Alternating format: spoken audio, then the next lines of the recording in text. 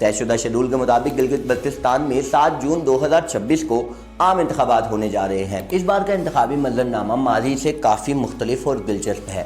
اس وقت خطے میں رجسٹرڈ ووٹر کی تعداد تقریباً 9,63,034 ہے، جس میں 5,06,097 مرد اور 4,56,937 خواتین شامل ہیں۔ گزشتہ الیکشنز کے مقابلے میں ووٹرز کی تعداد میں تقریباً 29% کا بڑا اضافہ ہوا ہے، اور خوشائن بات یہ ہے کہ مرد اور خواتین کے ووٹرز کا فرق اب صرف 4% رہ گیا ہے۔ لیکن آبادی بڑھنے کے باوجود 1994 کے بعد سے یہاں حلقہ بندیاں تبدیل نہیں کی گئی، کیونکہ خطے کی مردم شماری کے اعداد و شمار اب تک سامنے نہیں لائے گئے۔ ایک اور اہم پہلو خواتین کی سیاسی نمائندگی کا ہے۔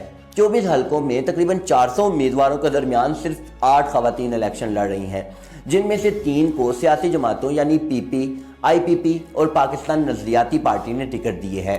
ماضی کے الیکشنز کی طرح اس بار بھی خواتین کی یہ تعداد تقریباً نہ ہونے کے برابر ہے۔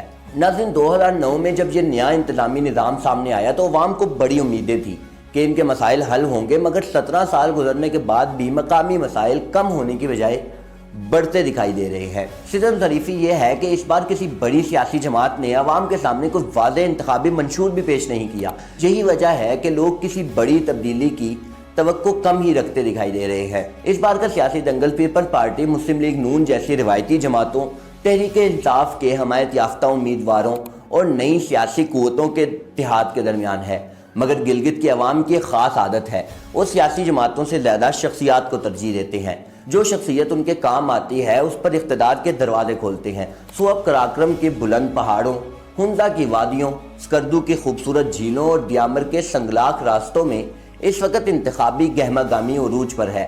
عوام 7 جون کو ایک بار پھر اپنے ووٹ کی طاقت سے اپنا مستقبل چننے جا رہے ہیں۔